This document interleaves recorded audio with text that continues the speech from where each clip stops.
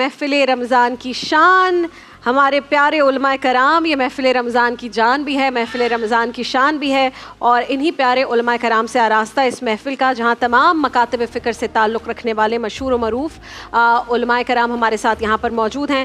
جناب سب سے پہلے میں نے بریک پر جانے سے پہلے بھی بتایا، تشریف فرما تھے مفتی فضل سبحان صاحب، جناب علامہ محمد امین شہیدی صاحب بھی یہاں پر موجود ہیں، ڈاکٹر عمیر محمود صدیقی صاحب بھی، اور جناب علامہ ڈاکٹر عامر عبداللہ محمدی صاحب بھی یہاں پر موجود ہیں۔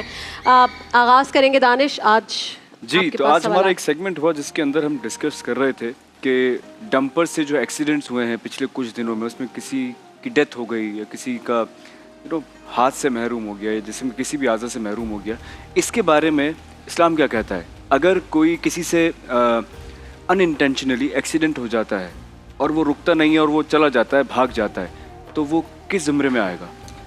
بسم اللہ الرحمن الرحیم۔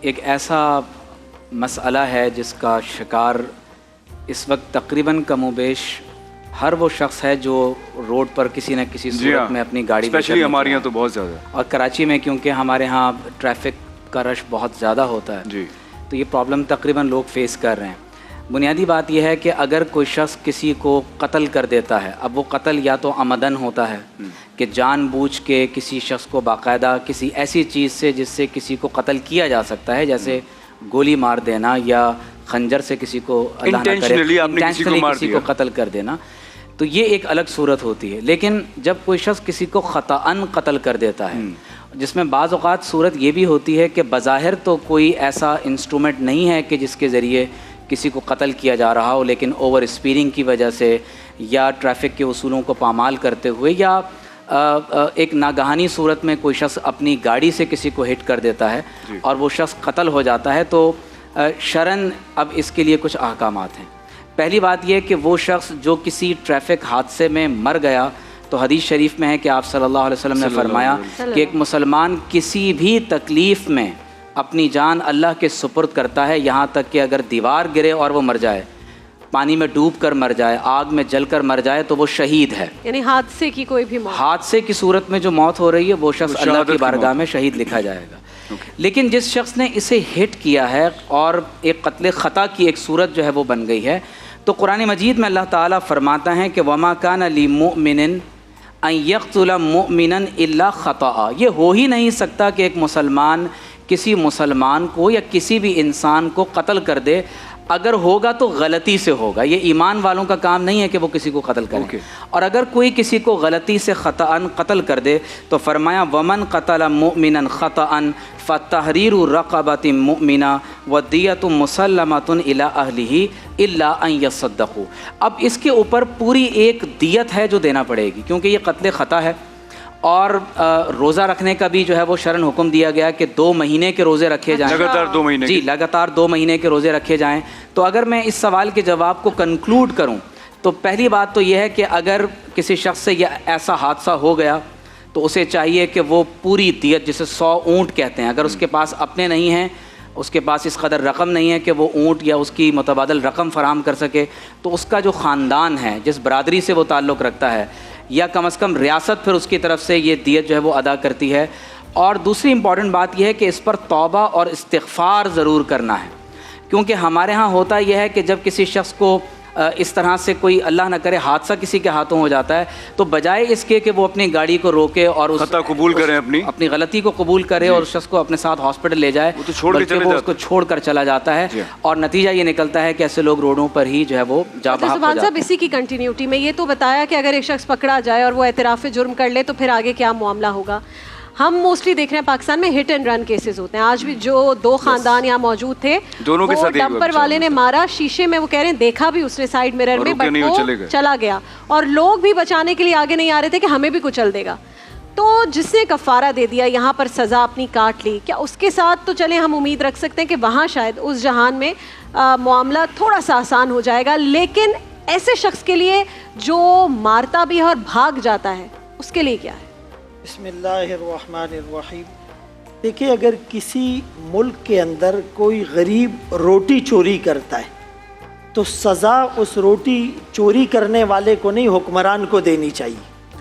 ہم فیکٹرز کو، عوامل کو، ریزنز کو نہیں دیکھ رہے ہوتے، اگر رن اینڈ ہٹ کے کیسز ہوتے ہیں تو اس ملک کے اندر جو رولز ہیں, جو اگنورنس آف لا ہوتا ہے کہ رات کو 10 بجے یا 11 بجے کے بعد بڑی گاڑیاں روڈ پر آئے گی, تو وہ دن میں کیسے آ گئی؟ اب ٹریفک کے جو متعلقہ حکام یا ذمہ داران ہیں وہ رشوت لیتے ہیں, اور وہ کہتے ہیں سسٹم کا سسٹم اور آوے کا آوا بگڑا ہوا ہے. تو اگر ہم ہر کیس کو وقتی طور پر اس کا سولوشن نکالتے ہیں اور اس کی بنیاد اور عوامل اور روٹ کازز تک نہیں جاتے, تو ہمارے ملک کے اندر کبھی بھی اسٹیبلٹی یا بہترین صورتحال پیدا نہیں ہوگی. بہرحال جیسے مفتی صاحب نے وضاحت کی کہ اس میں اگر اس کا بریک فیل نہیں ہوا, اوور اسپیڈنگ بھی نہیں تھی, وہ رولز کو بھی فالو کر رہا تھا, سگنل کو بھی اس نے نہیں توڑا, تو اس صورت میں احکام الگ ہوتے ہیں. لیکن اگر اس کی غلطی اور اس کی جو ہے وہ غفلت ثابت ہو جاتی ہے, جس کو عربی میں تعدی کہتے ہیں, تو پھر اس کو جو سزا بھی دی جائے. اگر وہ کفارے 2 مہینے کے روزے رکھے گا, پھر اس کے خاندان والوں پر 100 اونٹوں کی دیت ہوگی. اس کے علاوہ اس کو ویسے بھی حبس بیجا میں رکھا جا سکتا ہے, اور وہ قانون کسی ملک کے جو شریعت سے متصادم نہ ہو, تو ان قوانین کے مطابق اس کو کوئی بھی یعنی تعزیر یا جرمانہ یا سزا اس کو دی جا سکتی ہے. اور عوام میں اویئرنیس بھی پیدا کی جائے. ڈرائیورز کو یہ جو لائسنس بنتے ہیں وہ ٹرائی بھی نہیں دیتے, پیسوں کے رشوت کے بلبوتے پر ان کو لائسنس ملتے ہیں. 14-15 سال کے بچے رکشے چلا رہے ہیں, چنچی چلا رہے ہیں, بائک چلانے والوں کا تو کوئی پرسان حال نہیں ہوتا. تو ہمارے ملک کے اندر اس پر باقاعدہ پروگرام ہو, اویئرنیس پیدا کی جائے, اور میڈیا کے ذریعے سے ایسے ایشوز کو ہائی لائٹ کیا جائے. یہ پتہ ان کو چلتا ہے کہ جن کے گھر سے جوان بیٹے کا لاشا اٹھ رہا ہو, اور جن کے گھر سے جو ہیں وہ کسی عورت کا جنازہ اور میت اٹھائی جا رہی ہو, اور ان کے چولہے بجھ رہے ہوں, اور فائنینشلی کرائسس کے اندر وہ آ رہے ہوں, تو اس کو اتنا ہلکا اور معمولی نہ لیا جائے. وہ اگر آپ وہ سیگمنٹ اب ریکارڈڈ بھی اگر دیکھیں, وہ جس طرح ماں رو رہی تھی کیونکہ کہی تھی میرا ایک ہی بیٹا تھا, میرے آنسو کون پہنچے گا, میں کیسے چپ ہو سکتی ہوں. پھر علامہ امین شہیدی صاحب, جیسے فضل سبحان صاحب نے کہا کہ یہ کچھ جو ہماری انتظامیہ اس کے اوپر بھی ذمہ داری آتی ہے, لیکن اب جو میں بات کہنے جا رہی ہوں, جو خود اس ماں نے یہاں پر کہی, آپ لوگوں کا دل دہلا دینے کے لیے کافی ہے. انہوں نے کہا یہ تو ہو گیا جس کی ذمہ داری, کہہ رہی ہے میرے گھر میں جو تعزیت کرنے کے لیے لوگ آئے تو میرا اور میرے بچے کا موبائل فون چوری کر کے لے گئے.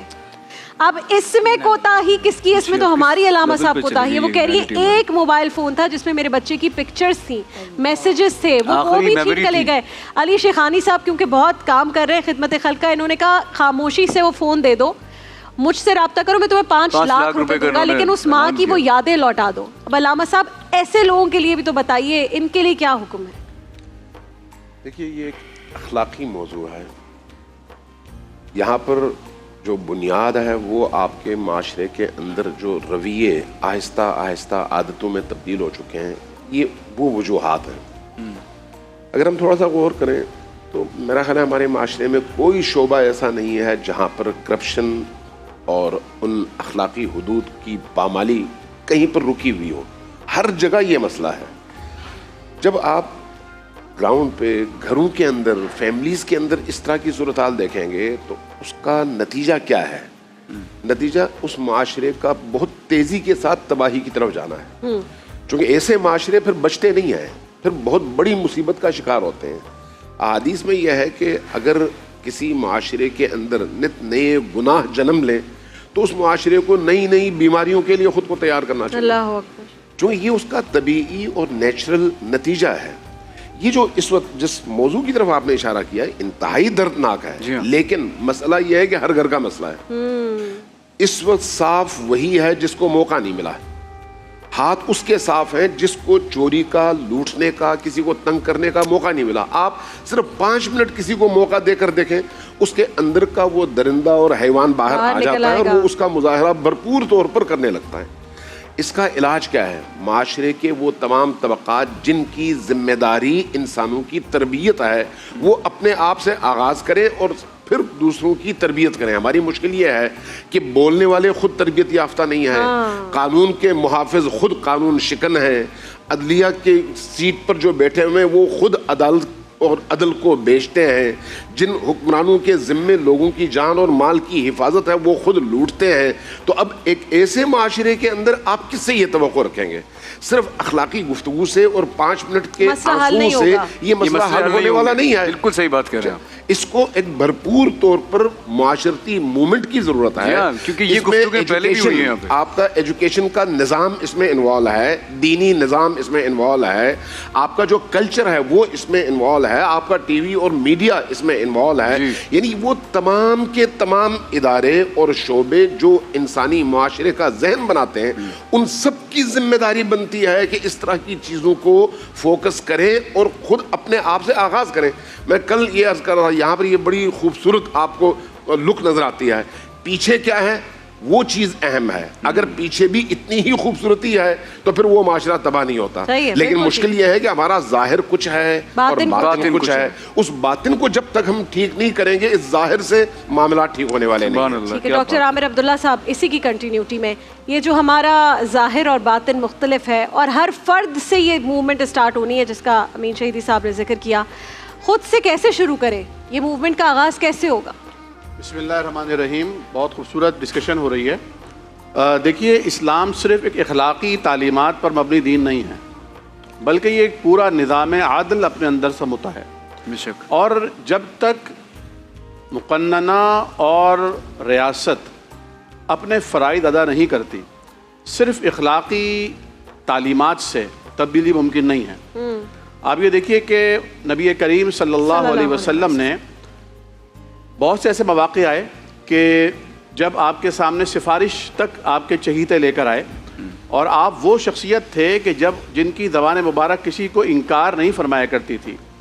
اگر کوئی آپ سے مانگنے کے لیے آتا آپ اسے دیتے, اور آپ کے پاس نہ ہوتا تو آپ قرض لے کر اس کی مدد فرما دیتے. ایک دفعہ آپ کے پاس ایک چادر آئی, وہ آپ نے چادر زیب تن فرمائی اور بہت خوبصورت آپ تھے ہی حسین و جمیل, مزید رعنائیاں ظاہر ہوئیں. تو ایک صحابی نے کہا, یا رسول اللہ بہت حسین و جمیل لگ رہے ہیں اور میری خواہش ہے کہ یہ چادر آپ مجھے ہدیہ کر دیں. حضور کریم صلی اللہ علیہ وسلم اندر تشریف لے گئے, پرانی چادر اوڑی, وہ چادر طے کر کے اسے اللہ کے دے دی. وہ لے کر خوشی خوشی چلا گیا. صحابہ کرام نے جب اس سے ملاقات کی تو اسے بہت شرمندہ کیا کہ تم نے کتنی عجیب حرکت کی ہے, تمہیں معلوم بھی ہے کہ حضور انکار نہیں کرتے, پھر بھی تم نے ان سے طلب کر لیا.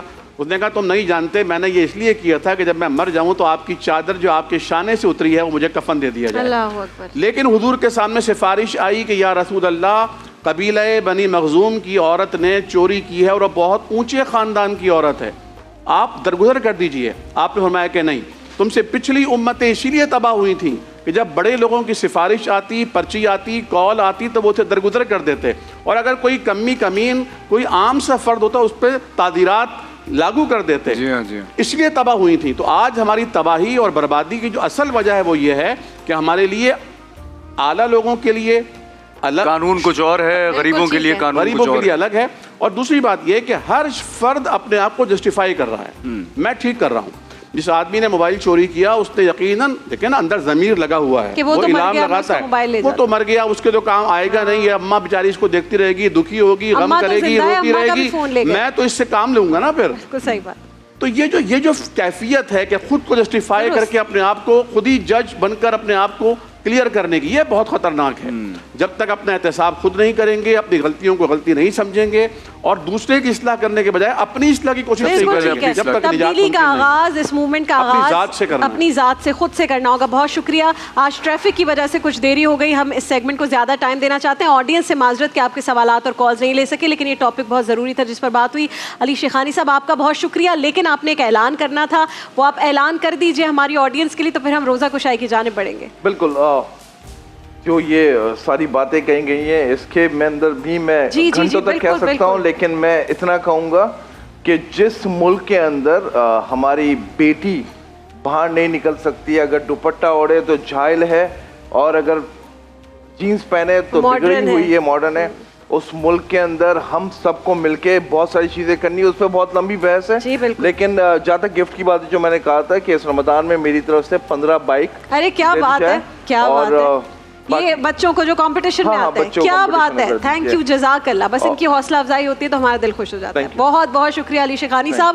اگر آپ کچھ مزید دن اور ہیں تو مزید دن آ جائیں تاکہ ہم 15 بائکس اور آپ سے نکلوا لیں انشاءاللہ. ایک چھوٹا سا تحفہ میری طرف سے بھی آپ کے لیے. ارے کیا بات ہے بھائی, یہ دانش تیمور نے جو ہے DT پرفیوم لانچ کیے ہیں اور انشاءاللہ آج آپ کے لیے, کل چاروں علماء کرام کے لیے بھی یہ خوشبوؤں کا تحفہ دینا سنت بھی ہے, تو یہ اس طرح بھی میرے ذہن میں.